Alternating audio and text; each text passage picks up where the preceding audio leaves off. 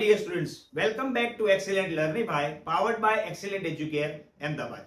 Start करते हैं उसी टॉपिक से जहां से ड्रॉप आउट किया था। लास्ट में हमने देखा था कि जब डिग्री का सेंटेंस अफर्मेटिव सेंटेंस में आता है तो किस तरह से उसे ट्रांसफॉर्म करके नेगेटिव कर सकते हैं। तो सबसे पहले आपको जानना जरूरी है कि भाई कैसा ट्रांसफॉर्मेशन डिग्री का होगा जो अफर्मेटिव टू नेगेटिव में लिख सकते हैं। तो आपको हमेशा याद रखना है कि जब पॉजिटिव डिग्री का केस 1 हो, मतलब कि जब भी दो पर्सन, दो थिंग्स या फिर दो प्लेसेस के बीच में जो उनकी क्वालिटीज है इसमें इक्विलिटी और इनइक्विलिटी दिखाई जाए तो उसे पॉजिटिव डिग्री का केस 1 माना जाता है। और आपको यह भी चेक करना है कि कंपैरेटिव डिग्री का केस 1 क्या होता है। मतलब होता है कि जब एक का कंपैरिजन दूसरे के साथ हो, मतलब एक पर्सन प्लेस और थिंग का कंपैरिजन दूसरे पर्सन प्लेस और थिंग के साथ किया जाए, ऐसे सेंटेंसेस को ही हम लोग अफर्मेटिव टू नेगेटिव के एग्जांपल्स में ले सकते हैं। सबसे पहले आपको याद रखना है कि जब भी पॉजिटिव डिग्री का केस 1 होता है उसके अंदर अगर आपको इक्वलिटी दिखानी है तो आप एज एडजेक्टिव एज का उपयोग करेंगे।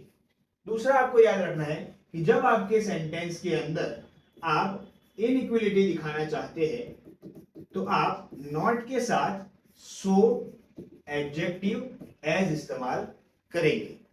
बिल्कुल वैसे ही कि जब कंपैरेटिव डिग्री का केस 1 होता है उसके अंदर एडजेक्टिव के पीछे यार या फिर एडजेक्टिव के आगे मोर लगता है। यह सबसे बड़ा कंफ्यूजन है मेरे दोस्तों, कि जैसे हम लोग सेट करने लग जाते हैं कि कैसे ईआर या फिर ईएसटी लगता है सुपरलेटिव डिग्री में, या फिर किस तरह से मोर या फिर मोस्ट लगता है, क्या अच्छा लगता है उसके हिसाब से बच्चे सेट करते हैं। लेकिन ऐसा बिल्कुल नहीं है। ये जो पूरा खेल है वो पूरा खेल सिलेबल का है।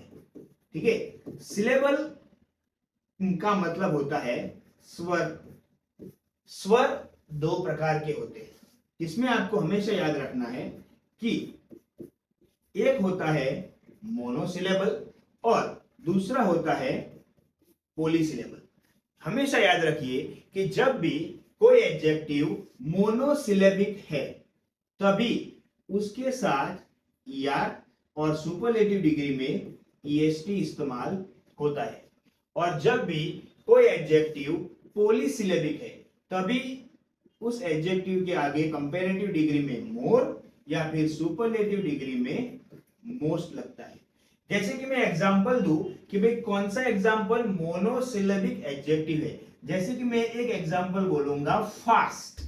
इसके अंदर एक ही सांस में एक ही स्वर के साथ पूरा एडजेक्टिव निकलता है फास्ट, जिसके अंदर सिर्फ एक कौन सा स्वर आया, आ। तो ये एक मोनोसिलेबिक एडजेक्टिव का एग्जांपल है। उसी तरह पॉलीसिलेबिक एडजेक्टिव का जो एग्जांपल है, जो बहुत सारे, जैसे कि कॉम्प्लेक्स। अब इसी से हम लोग सीखते हैं कॉम्प्लेक्स, जिसके अंदर दो स्वर आते हैं, एक आता है ओ और दूसरा आता है ए। यानी कि जब आप सेंटेंस में कॉम्प्लेक्स लिखते हो तो आपका मोनोसिलेबिक एडजेक्टिव नहीं बनता, पॉलीसिलेबिक एडजेक्टिव बनता है, और इसके अंदर दो स्वर आते हैं। पहला स्वर आता है ओ और दूसरा स्वर आता है ए। इसका मतलब यह हुआ कि जब भी पॉलीसिलेबिक एडजेक्टिव होता है तो आपको कंपैरेटिव डिग्री में मोर लगाना है, और जब मोनोसिलेबिक एडजेक्टिव होता है तो कंपैरेटिव डिग्री में ईआर लगाना है।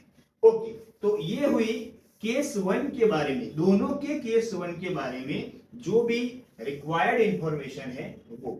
उसके बाद बात आती है ट्रांसफॉर्मेशन की। क्या करना है हमें ट्रांसफॉर्मेशन के लिए? सबसे पहले आपको, जैसे मैंने पहले बताया कि केस 1 के अंदर सिर्फ दो के बीच में इक्वलिटी और इनइक्वलिटी होगी, यहां पे एक के सामने एक की कंपैरिजन होगी। मतलब आपको क्या करना है, आपके जो दोनों सब्जेक्ट दिए हैं आपको उनका प्लेस इंटरचेंज करना है, आगे पीछे और पीछे आगे।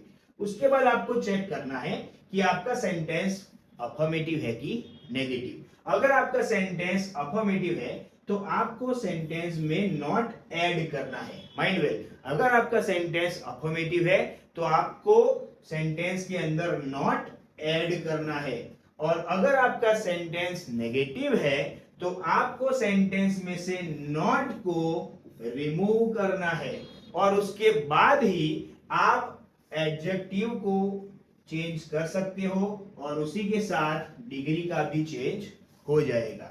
ज्यादा समझने के लिए एग्जाम्पल की तरफ बढ़ते हैं। सबसे पहला एग्जाम्पल है जिसके अंदर लिखा है कि Pratham is as dull as Priyanka. सबसे पहले जानना जरूरी है कि कौन सी डिग्री में सेंटेंस है।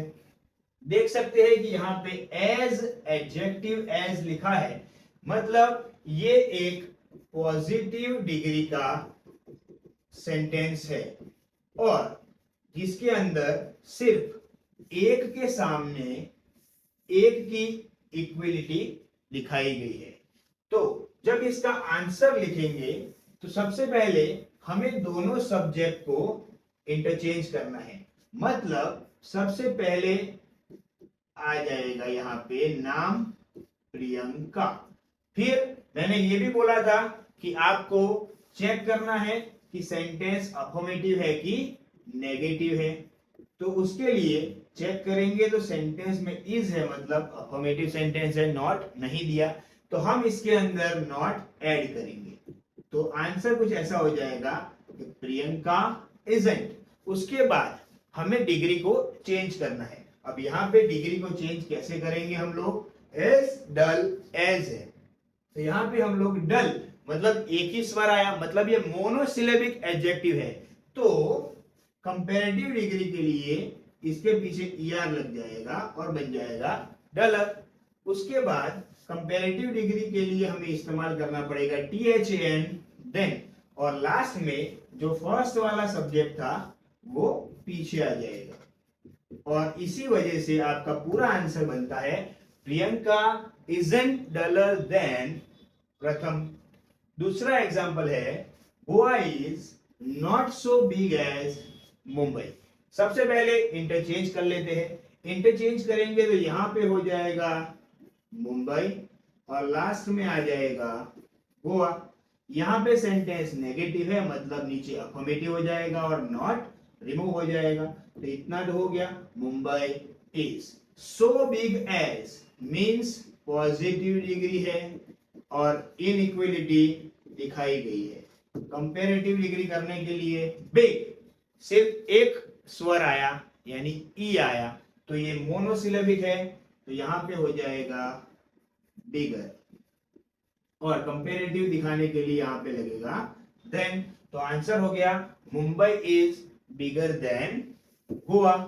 थर्ड एग्जांपल थोड़ा सा लॉन्ग है, इसीलिए लिया है कि बोर्ड्स के एग्जाम में बिल्कुल इस तरह के एग्जांपल पूछे जाते हैं और बच्चों को थोड़ा बहुत प्रेशर में डालने की कोशिश होती है। लेकिन आपको हमेशा याद रखना है कि ये जो लॉन्ग सेंटेंसेस होते हैं वो सिर्फ और सिर्फ कंफ्यूजन क्रिएट करने के लिए होते हैं। यहां पे बिल्कुल वैसा एग्जांपल है, between the characters given in the text going to places Sophie thinks not more intelligently than Jency. सबसे पहले आपको ये चेक करना है कि डिग्री का इस्तेमाल कहां हुआ है, ठीक है, और कौन से एक्स्ट्रा वर्ड्स सेंटेंस में दिए हैं। तो यहां पे देखेंगे कि यहां पे देन आया मींस कंपैरिजन है। किसके बीच में कंपैरिजन है, एक जेंसी और सोफी के बीच में कंपैरिजन है। मतलब कंपैरिजन स्टार्ट होती है कुछ यहां से यहां तक, मतलब कि जो ऊपर आपको लाइन दिख रही है between the characters given in the text going to places, वो बिल्कुल एक्स्ट्रा वर्ड्स है, और आपको आंसर में बिल्कुल वो वैसे के वैसे रखने हैं, उसको बिल्कुल चेंज नहीं करना है। इसका मतलब यहां तक आपका आंसर क्या होगा, तो आपका आंसर यहां तक कुछ ऐसा होगा that between the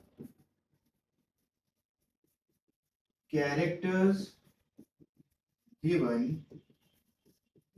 in the text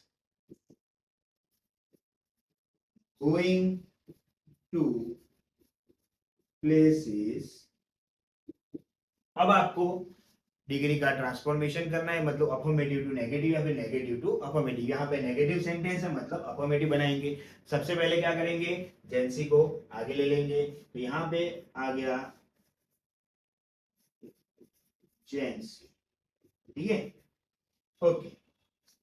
then यहाँ पे सेंटेंस में नॉट गिवन है तो नॉट रिमूव हो जाएगा, और नॉट रिमूव हो जाएगा तो यहाँ पे लिखेंगे जेंसी थिंग्स। फिर यहाँ पे एक एडवर्ब दिया है इंटेलिजेंटली, और उसके आगे पॉलीसिलेबिक है इसलिए लगा है मोर, और कंपैरिजन दिखाने के लिए लगा है देन। तो इसे हम लोग सीधे से पॉजिटिव डिग्री में कन्वर्ट करेंगे। पॉजिटिव डिग्री में कन्वर्ट करना है मतलब ध्यान रखना है कि ये सेंटेंस पॉजिटिव बनने वाला है, अफर्मेटिव सेंटेंस बनने वाला है, इसीलिए यहाँ पे एज और एज के बीच में ही ये एडवर्ब आएगा। कौन सा एडवर्ब, इंटेलिजेंटली। तो आपका आंसर क्या होगा, जेंसी thinks as intelligently as Sophie। तो आपका पूरा आंसर हुआ between the characters given in the text going to places, Jency thinks as intelligently as Sophie।